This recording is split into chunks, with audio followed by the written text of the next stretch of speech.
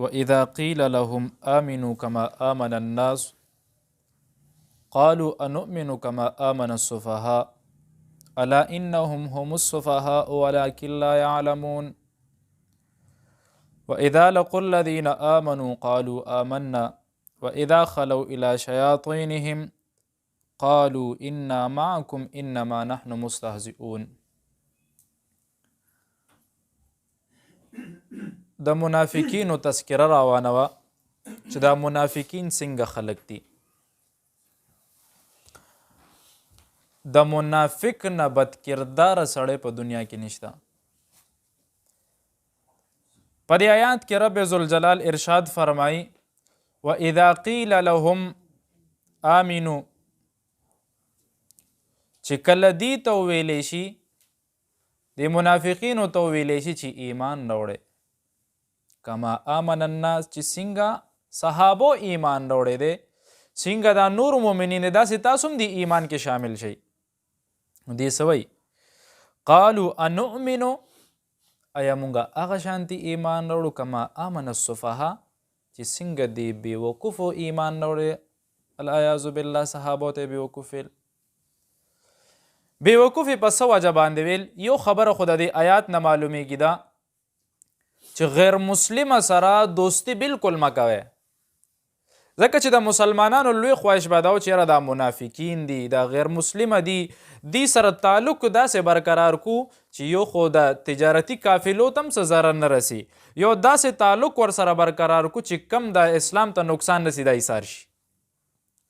خو رب ورته وایي کافر او مسلمان کله هم ملګری نشي کېدی. مسلمانانو ته مؤمنانو ته دا تلقین بار بار کېږي چې دوست جوړی مسلمان جوړ کا، دوست جوړی مسلمان جوړ کا، خو حکمران نه پوهېږي. هغې څه وایي؟ ګورې د اسلام او د انسان اصل معیار ایمان دی، حالانکې قرآن مجید هم هغه دی، حدیث هم هغه یو دی، خو زمونږ د مسلمانانو تعداد هم زیات دی، خو د ایمان قوت هم کمزوری شوی دی. ځکه نن سبا زمونږ اغیار ته سترګې دي چې یاره دا بارنې څه وایي، د امریکا څه وایي، لندن څه وایي، دې څه وایي، مونږ به هغه کوو، دې سره دوستی باندې مونږ فخرونه کوو، خوشحالېږو. د هغې وجه څه ده چې مونږ خپل ایمانی قوت جذبه کمه کړې ده.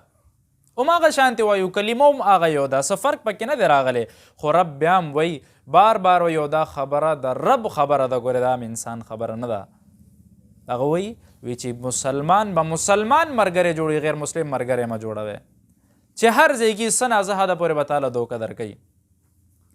نو دلته وایي چې مونږ د دې صفحاو په شانتي ایمان راوړو، د دې بېوقوفو په شانتي ایمان راوړو. ولې؟ چې صحابو به څه وی چې امنتو بالله، ما ایمان راوړی دی په الله باندې. بیا به یې څه وی؟ د هغه په پیغمبر باندې مې ایمان راوړی دی، په قرآن مې ایمان راوړی دی، په فرشتو مې راوړی دی، په جنت دوزخ باندې مې ایمان راوړی دی. نو دې زړه کې به دا وي چې یاره دا خو هسې خبرې دي چې مړ شي بیا به هم لا راپسې او جنت به وي او دوزخ به وي. موږ د دې بېوقوفانو به شانتي ایمان راوړو کما آمن السفهاء، چې څنګه دا بېوقوفان وایي. رب وایي الا انهم هم السفهاء ولکن لا یعلمون. رب وایي اصل بېوقوف خو دا دی چې د دې په منځ کې دا لویه پرده لګېدلې ده او د ایمان نه بالکل لرې دي. اصل بېوقوف خو دا دی چې دومره هر څه مې ورته واضحه که او بیا هم دې نه پوهېږي. واذا لقوا الذین آمنوا قالوا آمنا، دا د منافقینو هغه دوه روخې بیانوي، هغه دوه مخیزه سړی چې که نه، نو هغه دوه مخی بیانوي چې کله دی مؤمنانو سره ملاقات وکړي نو ورته یې مونږ ایمان راوړی دی، مونږ خو ستاسو ملګري یو، تاسو سره یو.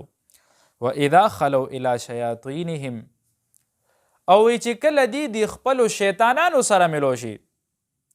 ابن عباس رضی الله تعالی عنه وی د شیطانانو نه څوک مراد دی؟ وی د هغې هغه لوی لوی کفار، لوی لوی عمرات نه مراد دی چې هغې شیطانان وو، چې هغې سره به ملو شو د اسلام مخالفت به شروع کو.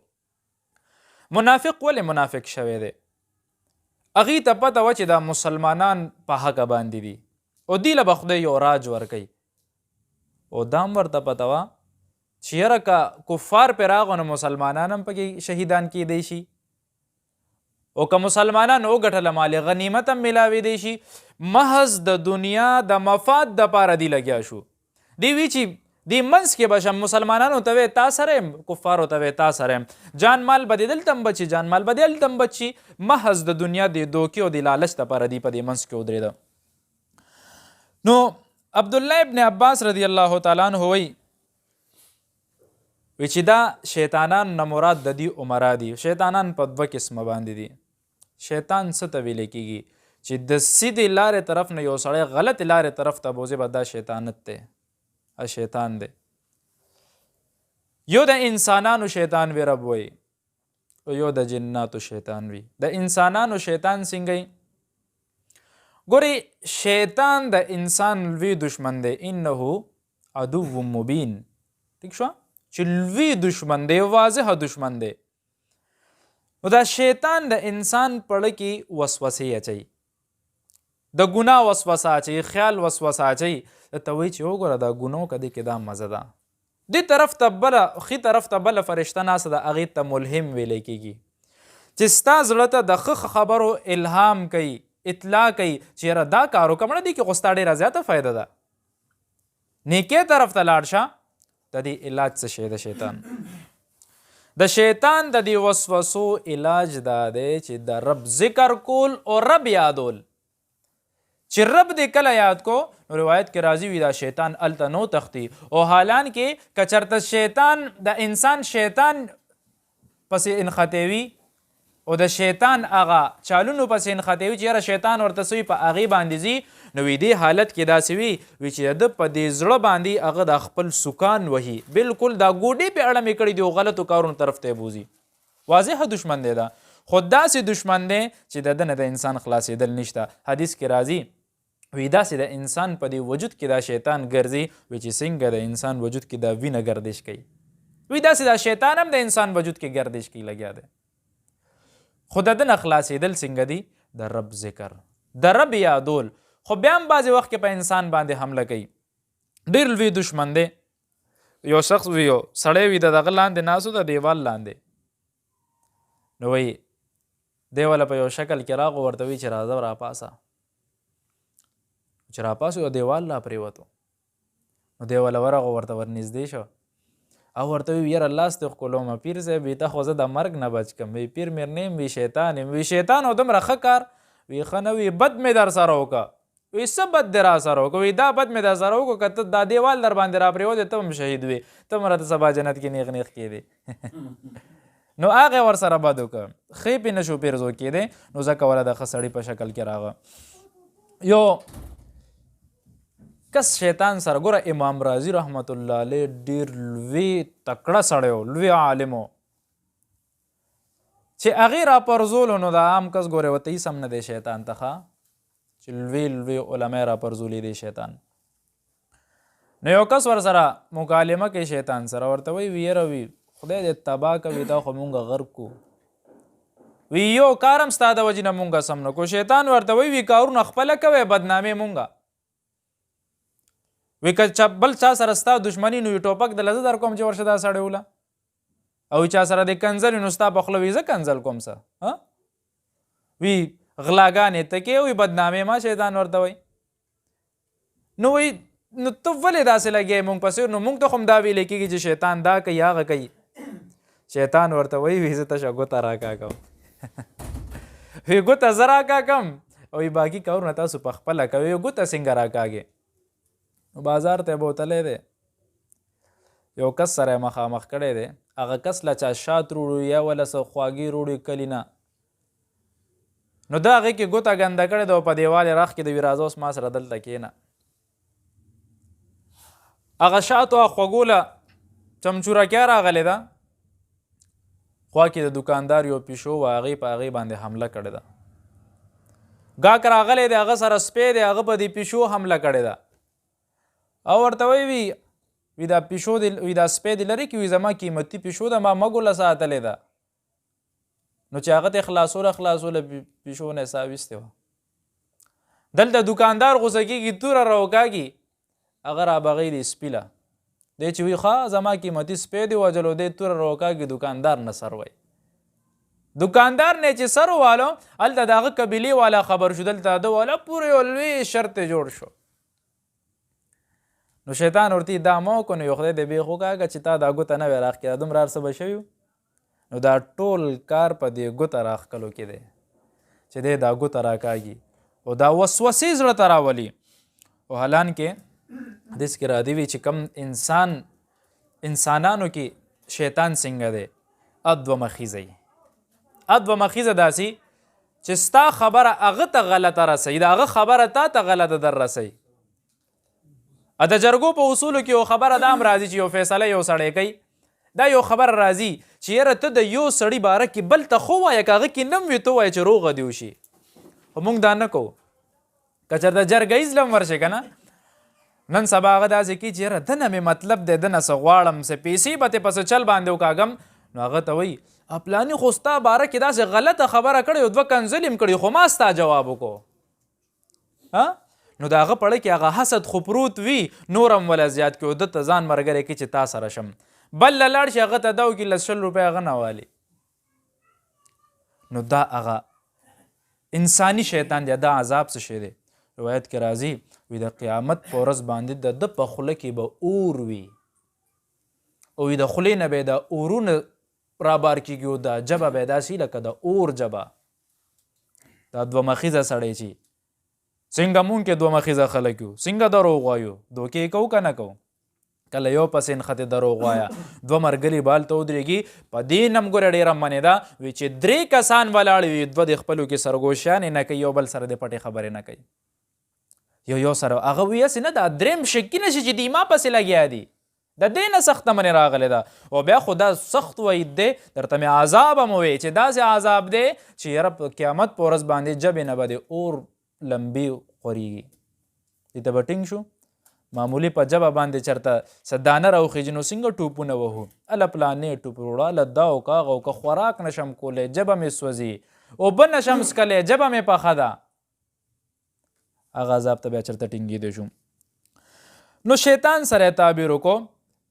ابو ذر رضی الله تعالی عنہ حضور پاک ته وی یا رسول الله وی انسانانو کې مې شیطانان وي څه حضور پاک ورته او بالکل وي عمده دا منافقین دا دوه مخیزه خلک وی دا د انسانانو شیطانان دي قالوا انا معکم نو چې کله د خپل شیطانانو سره وړاندې شي مخې ته چې ته وایي چې مونږ خو تاسو سره وو انما نحن مستهزئون وی تاسو سره یو هغې پورې خو مونږ خنداګانې کوو لګیا وی خندا ور پورې کوو مسلمانانو پورې الله یستهزئ بهم ویمدهم فی طغیانهم یعمهون رب وی تاسو خدا وای چې زه د مؤمنانو پورې خندا کوم حالانکې زه تاسو پورې خندا کوم د رب خپل یو شان دی علما د دې مطلب دا لیکي د رب خندا خپل یو جهت دی خپل یو کیفیت دی خدا علما وی د دې مطلب دا دی چې د دې خندا په بدل کې به رب تاسو لالته عذاب درکوي چې څنګه خندا هم کړی د هغې مطابق به ورته عذاب ملاویږي ویمدهم فی طغیانهم او رب وی ما تاسو له مهلت درکو په خپله سرکشۍ کې چې کم سرکشیانې تاسو کوئ مهلت څه مطلب ګورې یو بنده په دنیا کې انختی دی ګناه کوي دی دا نه وایي چې زه په حقه یم او خدای ماته څه نه وایي رب وی بیوقوفه مهلت مې درکړی دی خو چې راټینګ مې کې ان بطش ربک لشدید رب وی زما نیوکه ډېره زیاته سختۍ ګورې داسې به دې راونیسم چې ما نه به دې څوک خلاص نه کړي رب وایي موږ په غفلت کې پراته چې بس رب خو ماته څه نه وایي زه به ګناه کوم مخکې به ځم نه داسې وخت به در باندې راشي ګوره یا به دې هم په دې ځوانۍ کې راټینګ کړي زمونږ عجیبه ذهن جوړ شوی دی که چېرته یو ځوانې جینۍ ته وایي چې مونځ کوه ولې زه نیا یم څه چې اوس به مونځ کوم صبر وکړه لا خو مې وخت شته دومره لوی لوی مې دې نه ساتو دا د دنیا دوکه ده که ځوان ته وایي مونځ وکړه او وی صبر وکړه یاره وی زه خو لا سبق ویم دې نه پس به زه کور جوړوم نوکري به کوم واده به کوم بیا به چاته عبادتونه کوو عجیبه سوچ هم دی یو ماشوم چې پیدا کیږي که نه دا خبره ډېره د سوچ خبره ده هغه د مرګ دپاره پیدا کیږي ګورې که یو ماشوم پیدا شو نو خامخا به دې مري که یو سړی کور جوړي هغه کور دې دپاره جوړي چې دا کور واپس رانیږي د دنیا کم یو تعمیر ابدي پاتې شوی دی ما ته خو یو تعمیر وښایي چې هغه د روز اول نه شروع شوی تر اوسه پورې هغه تعمیر په خپل حالت کې موجود وي یا داسې راته څوک وښایې که نه چې هغه پیدا شوی دی او مړ شوی نه دی. دا زموږ د دنیا په دې دوکه کې پراته یو. حدیث کې راځي حضور پاک وایي الدنیا حلوة خضرة، وي دا دنیا چې کومه ده وي دا ډېره زیاته خوږه ده او سرسبزه ده. څنګه خوږه ده دنیا؟ دنیا داسې خوږه ده، ګوره یو سړی که خوږ شي خوري لګیا به یي، زړه یې ته نه صبرېږي. که موړ هم شي بیا هم زړه نه صبرېږي وي چې خورم وي. داسې دا دنیا هم ده چې څومره ژوند په دې دنیا کې تیروم خو زما دا زړه د دې دنیا نه صبرېږي. که د یو سړي 20 کاله عمر وي، دی وي چې لږ ډېر شي ځوانۍ کې نورم مست شم، ځواني مې نورم زیاته شي. که بوډا شي، بوډا ته ته وایې ته مرګ خوښې؟ او نه وي چېرته مرګ خوښوم، اوس خو لا ایله په ارام شوم، بچي مې واده که کارونه مې مکمل کوس تیار ناست یم، اوس خو د خوند ژوند شروع شو. څوک هم مرګ نه خوښوي، خو اصلیت دا دی دا د دنیا یو دوکه کې موږ پراته یو. او په دې دوکه کې اکثر پراته یو چې یاره بس رب خو راله مهلت راکړی دی، ټول عمر به مې ځواني، رب خو راله مهلت راکړی دی، ټول عمر به مې روغ صحتي. پرون یو کس له تللی وم، بیمار و ډېر زیات، سم لکه ډاکټري یو نقص پکې نشته. ډاکټر وایي دله موږ څه دوی ورکوو، نه چېرته یو ځای خوږېږي، نه څه تکلیف دی پې، او بس دیوال سره ډغرې وي. سم داسې روغ سلامت سړی، او وایي چې 4 میاشتې به مې لګولې کال کې، تبلیغ کې ډېر جوړ سړی و، جومات کې به ناست، تهجد له به جومات ته تلو، کور ته به یې تاله واچوله، مسجد ته به لاړو، خو دروند سنګین سړی. ما ته وایي وي ته ولې راغې ماله؟ یسې د ځان تکلیف کې هغوی ښه چې راغې نو وي دعا وکړه چې خدای مې مردار کړي، وی ما ځان غرق کړی دی. او بیا وایي وی تبلیغ کې مې وخت لګولو، هسې فضول مې لګولی دی، لکه هغه ذهن باندې هغه شیطان دومره غلبه کړې ده نو ما ته دا هسې زړه کې راته دا یو خبر راغه چې دی پته نشته رب څه ګناه کې نیولی دی، پته نشته څه ګناه کې رب نیولی دی، موږ ته پته نشته. بعضې داسې ګناه به موږ نه وشي چې خدای به موږ نه وکاږي، که په ځوانۍ کې نه بوډاتوب کې به رانه وکاږي. او بعضې به داسې ګناه موږ وکړو چې رب یې موږ نه وکاږي، د هغې سزا به موږ له د اولاد په شکل کې راکوي. داسې یو بچی به راله خدای راکړي چې زه به فریادونه کوم. مسجد کې ناست یو ځل ورور مې خبره کوله، وي یو کس راغی، وی ټوپۍ اوچته کو، ځمکې له روبغولو، وی جولۍ اوچته کړي، دعا اوچته کړي، وی یا الله وی زما زوی تباه کړي. نو دې بچي به پلار له څومره درد ورکړی. نو دې پورې هم دا یو دوکه کې موږ پراته یو. د دنیا یو عجیبه دوکه ده. موږ وایو یاره بس خدای مهلت راکړی دی، ټول عمر به مې ځواني، ټول عمر به روغ یم. دا ډېر لوی دوکه ده. ګورې د دې دوکې نه ځان وکږي. اصلیت څه شی دی؟ چرته هم څوک ابدي نه دی پاتې شوي، چرته هم څوک چا یو تعمیر جوړ کړی دی هغه همیشوالي نه دی پاتې شوی، بس لاړو دیم ختم. یو بادشاه و، بادشاه د هغه یو وزیر و، ډېر زیات کرپټ و، کرپشن به یې ډېر زیات کولو، غلا به یې کوله. نو داسې صفایه سره به یې کوله، دا بعضې سړی چې غلا کي هغه ګورې خپل هغه شاته شناخت نه پرېږدي، نشاني څه نه پرېږدي چې څوک به هم پرې نه پوهېده. خو بس هغه نورو وزیرانو ته هم پته لګېدلې وه چې یاره دا سړی غل دی، او یې باچا سلامت دا سړی غلا کوي، خو داسې صفایه سره کوي چې پته یې نه لګي. بادشاه راوغوښتو، وی پته ده راته چې غلا کوي، خو یې نه را سره ثبوت شته ونه یې معلومولی شم چې ته څنګه غلا کوې. باچا ورته هر څه پرېږده، وی 3 سواله درنه تپوس کوم، او وی که جوابونه دې راله غلط راکه سر به دې کټ کېږي، بل کار د سر نه کوم، وجنم دی. او که چرته صحیح دي که نو عهدم در کوم، د دې نه خو عهده به در کوم او خو دولت به در کوم، او چې څه دې کړي هم درته معاف کوم. وی جې څه سوالونه دي؟ وی پهلنی سوال دا، وی د دنیا ټولو کې لوی رښتیا راته ووایه چې د هغې نه لوی رښتیا نه وي بلکل. دویم سوال یې دا و، د دنیا ټولو کې لوی دروغ راته ووایه چې دې نه لوی دروغ د سره نه وي. او دریم سوال څه دی؟ وی دریم دا خلق د الله او د رسول چې کم قانون دی، احکامات دي د شریعت او یا د سټیټ د حکومت څخه قانون جوړ شوی دی، د دې پاسداري ولې نه کي، هغې باندې پوره عمل ولې نه کي، قدم پې ولې ورړی؟ وزیر راغه، ښځې سره مشوره کوي، پس موږ ته څه پته ده یو سره مشوره کوي بل سره مشوره کوي پریشانه سرګردانه ګرځي په دې کې 40 غنټې تېرې شوې یو ورځ پکې وته سړی له خوب نه ورځي اخره کې سړی وي عهده دې سر وخوري لباس یې بدل کړی دی او به ځان سره یو تور اغسې روان شوی دی وي زه وي سر بچ کوه وي عهده دې په تندرو لګي خو وي چې اوس د مرګ نه بچم بس وتی دی تللی دی په لاره تلو چې ته تنده پې راغلی دی یو پټي ته ورغلی دی یو زمیندار یې کتلی دی چې لګیا دی پټي کې ګوټ کوي او ورته وایي یاره وایي مسافر یم لږ اوبه راوبې وله ورکې او ورته وی صاحبه وي ښکارې خو عهدهداره سړی ښکارې وي او وزیر م وي دلته څه کې وي یاره وي په یو پریشانۍ کې مبتلا یم لویه پریشاني مې ده وي څه پریشاني وي ده باچا رانه سوالونه تپوسونه کړي دي چالم نه ورځي وي ځان وکاږم چې ته مې ونه وجنې او وي څه سوالونه دي او یو سوال خو یې دا کړی دی چې یاره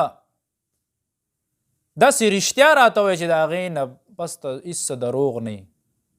هېڅ څه رښتیا نه وي بلکل دا رښتیا وي او دا خو آسان سوال دی وي تاله درځي وي بلکل الله ځي نو وي جواب یې راته وښایه وي زه وبخیم د یو جواب یې ورته وښوله وي یاره د دنیا ټولو کې رښتیا اصلیت چې کم دی مرګ دی د دې نه لوی اصلیت ګورې په دنیا کې نشته ګورې که مسلمان دی کافر دی هندو دی عیسائی دی د هر یو مذهب د هر یو طبقې سړی دا مني چې مرګ شته ټول دا رښتیا ګڼي ګورې او یاره دا خبره ښه ده د مرګ نه رښتیا خبره بله نشته وی دویم څه سوال دی وی دویم دا د دنیا ټولو کې لوی داسې دروغ راته وایه چې د هغې نه پس ته بل څه دروغ نه وي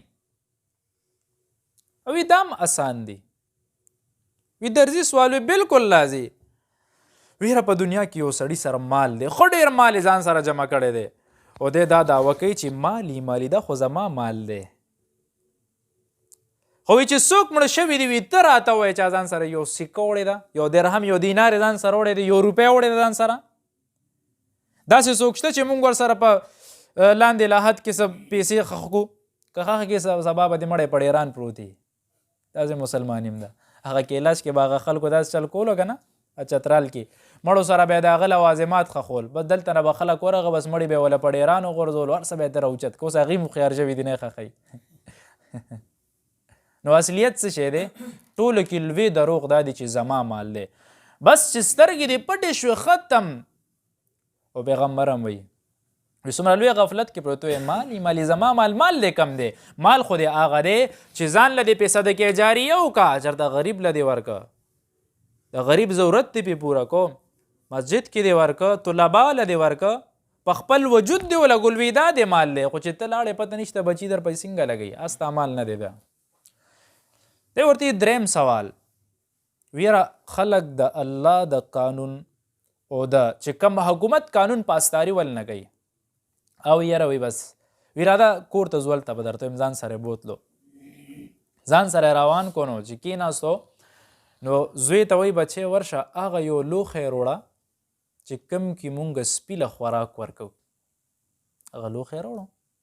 هغې کې پی واچول دی وزیر ته وی چې ویس کا وزیر وی دا اوس کوم ویس کا کس کې جواب درته ښیم کې نه خپل کار کوه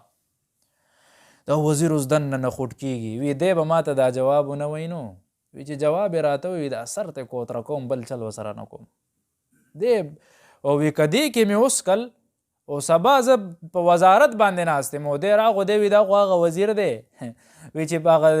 د سپي په لوښي کې مې دله پی ورکړی دی وی دی خو به ما وشرموي وي جواب چې راته وښي سر ته وام بل کار ورسره نه کوم سم خوټ کېدو خو بیا هم وایي چې یاره د مام د سر سوال دی اوچتې که چې څنګه یې خولې لوړاوتې کېده لاندې کېده وي تا ته دریم سوال جواب هم میلو شو وي څه جواب دی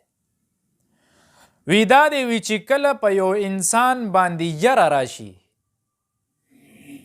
یره د یو چیز طرف نه پې زور راشي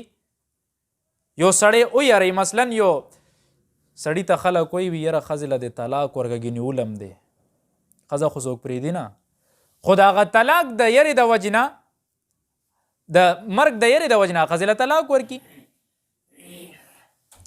نو په ده باندې یره راشي، د یرې د وجې نه د قانون پاسداري بیا نه کوي، قانون خیال نه ساتي. او بل سړي کې کله حرس او لالچ راشي، اوس تا کې د ژوند حرس زیاتو ځکه تا د سپي جوټه ته هم غاړه ایښې وه. نو چې کله حرس زیات راشي انسان کې، نو بیا هغه نه د خدای د قانون پاسداري کوي او نه د حکومت د قانون پاسداري کوي. اوهو بالکل حقیقت خبره دی. څنګه چې ځي بادشاه له 40 ګنټې خو ورسره لا شته دی، 3-4 ګنټې پاتې دي. باچا ته چې ورسېدو وایي چې جوابونه مې د لروړو وي. څه جوابونه دي؟ وی یاره یو جواب دا دی چې یاره مرګ بالکل اصلیت دی. دویم دا چې خلک وي زما مال دی، زما مال دی، هسې دي لګیا دي خلک. او دریم دا خبره خلک کوي